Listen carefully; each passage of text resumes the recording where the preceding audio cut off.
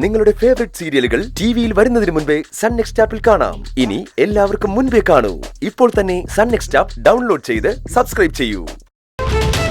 എന്താ സാർ അങ്ങനെ ചോദിച്ചേ? ഒന്നുമില്ല.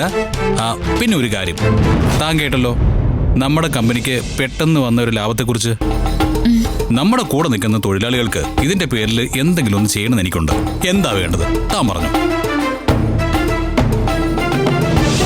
അയ്യോ, കമ്പനിയിലെ കാര്യങ്ങളൊന്നും എന്നോട് ചോദിക്കരുത്. എനിക്കതൊന്നും അറിഞ്ഞൂടാ. എടൂ, നാളെ മുതൽ കമ്പനി താൻ പറയുന്ന പോലെ പ്രവർത്തിപ്പിക്കണമെന്നൊന്നുമല്ല ഞാൻ പറഞ്ഞത്. താൻ എന്തെങ്കിലും ഒരു അഭിപ്രായം പറ. എന്താ അവർക്ക് വാങ്ങിച്ചു കൊടുക്കേണ്ടത്? എന്താ അവർക്ക് വേണ്ടി ചെയ്യേണ്ടത്?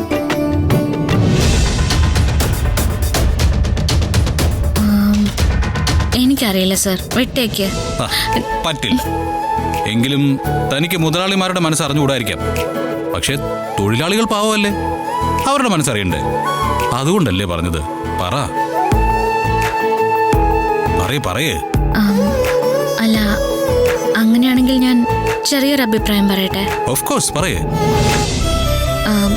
എല്ലാ തൊഴിലാളികളുടെയും ഏറ്റവും വലിയ പ്രശ്നം അവരുടെ കുടുംബവും മക്കളും അല്ലേ? ആ മക്കളുടെ പേരിൽ എന്തെങ്കിലും ചെയ്തു കൊടുക്കുകയാണെങ്കിൽ അവർക്കത് സന്തോഷാവും സർ.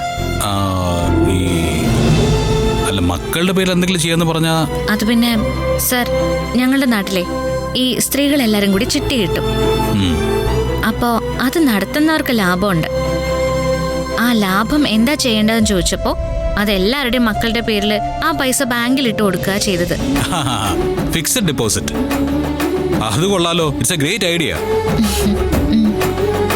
എന്നാ പിന്നെ നമ്മുടെ തൊഴിലാളികളുടെ മക്കളുടെ പേരിൽ ലാഭവിഹിതം ഫിക്സഡ് ഡെപ്പോസിറ്റ് ആയിട്ട് കൊടുത്താലോ? ഹാപ്പി ആവില്ലേ? മക്കളുടെ പേരിലാവുമ്പോ എല്ലാവരും ഹാപ്പി ആവും സർ, അത് ഉറപ്പാ.